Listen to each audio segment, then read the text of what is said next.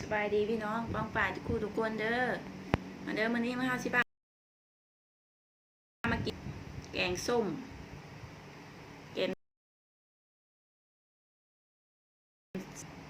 ปลานิลทอดเด้อหิวข้าวแห้งพี่น้อง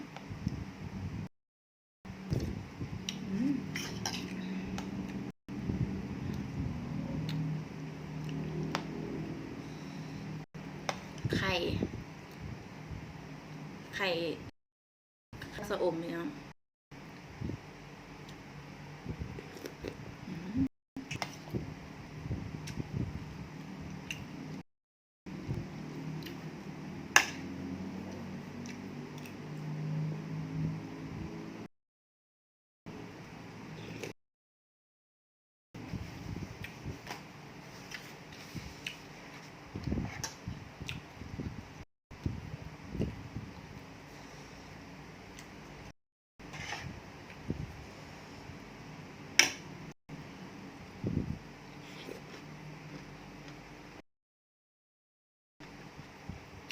ซื้อมาจากตลาดนะ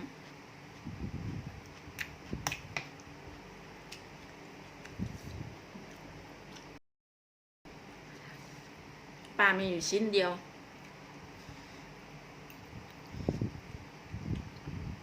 แพง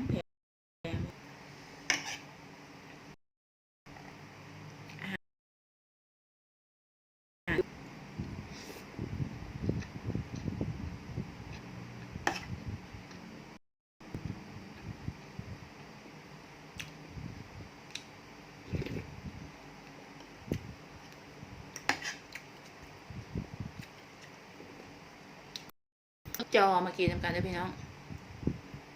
แซ่บๆทำกัน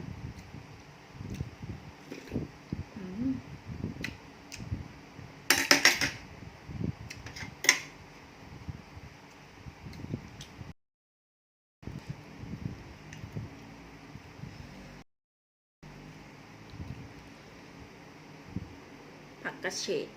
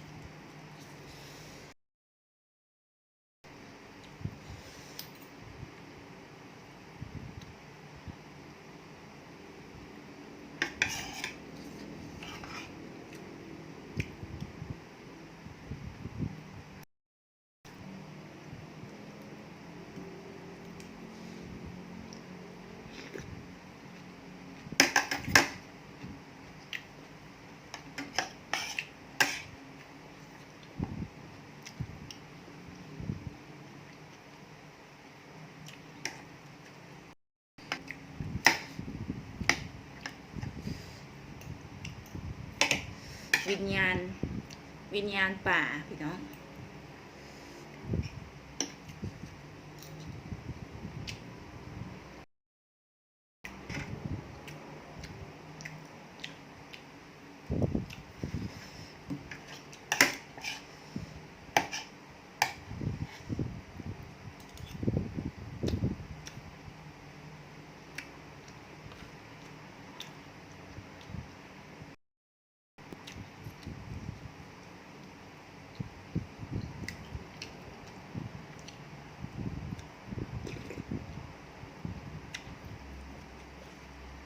มันยังกระแพง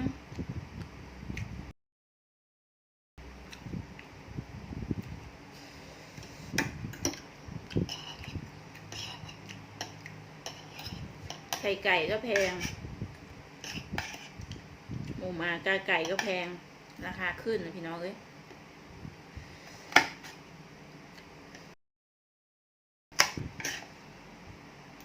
งานกับบริษัทพี่น้องยุด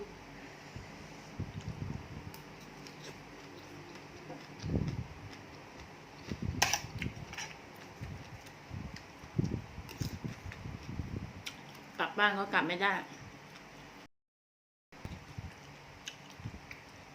นู่นแหละถ้าเปิดด่านนู่นแหละว่าจะกลับบ้านพี่น้อง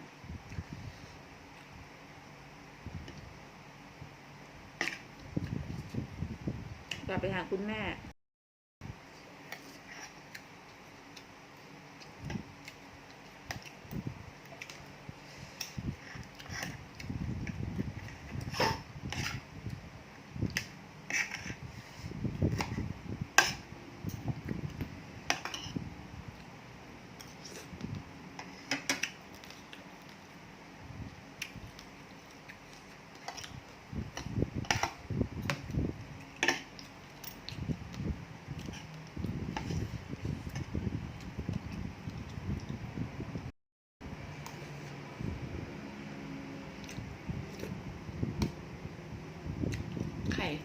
ไข่ทอดใช้ผักชะอมไข่ทอดใช้ผักเน่าภาษาลาวเรียก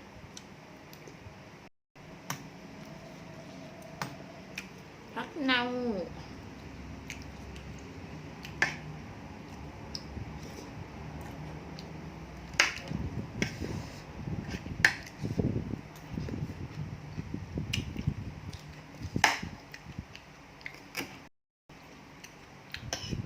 ฝากกดไลค์กดแชร์กดติดตามช่องสาวลาวเมืองเซฟไปเด้อพี่น้องเด้อ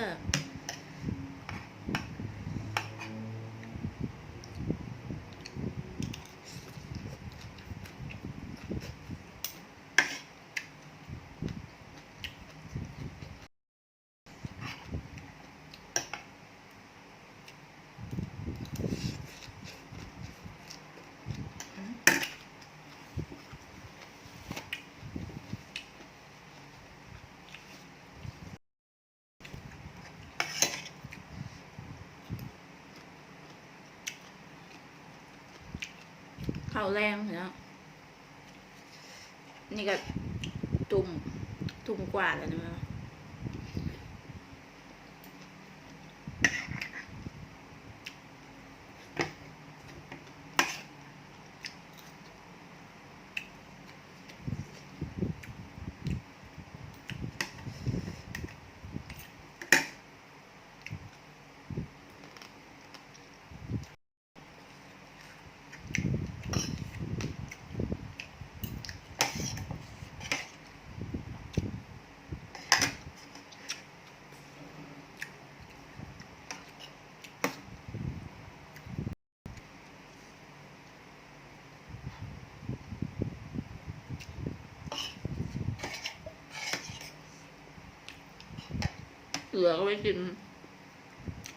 เหลือก็ไว้กินพรุ่งนี้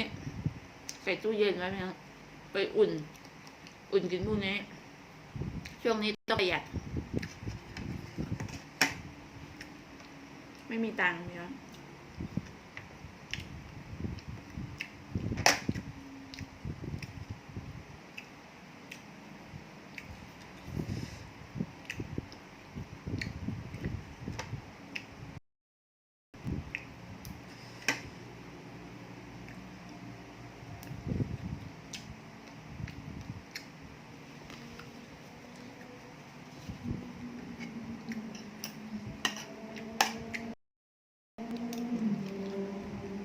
ประหยัดไว้กินพรุ่งนี้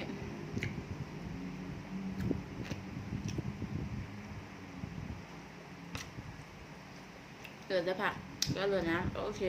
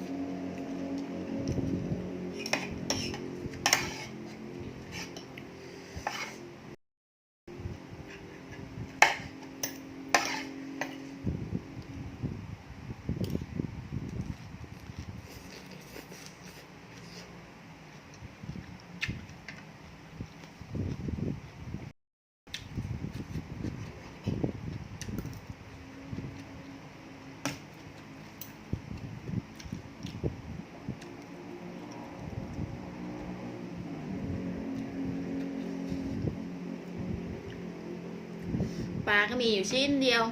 ชิ้นบางๆเล็กๆนี่เนาะวิญญาณปลา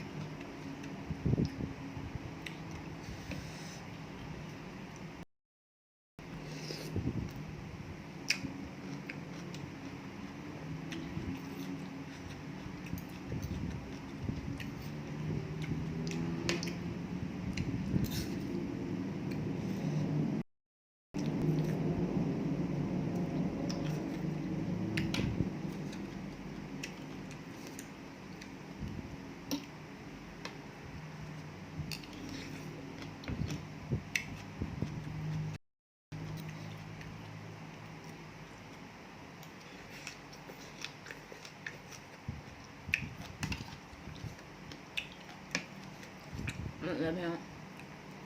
เหลือแต่ผักกับน้ำ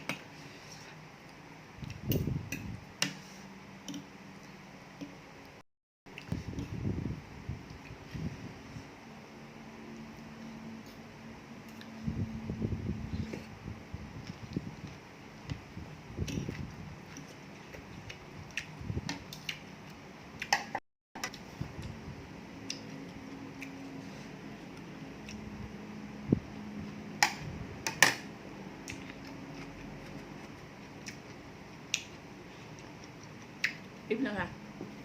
ไปเด้อพี่น้องอย่าลืมฝากติดตามช่องสาวรามเมืองเซนไฟเด้อพี่น้องเด้อขอบคุณเด้อที่เข้ามาติดตามเด้อไปแล้วเด้อบ๊ายบาย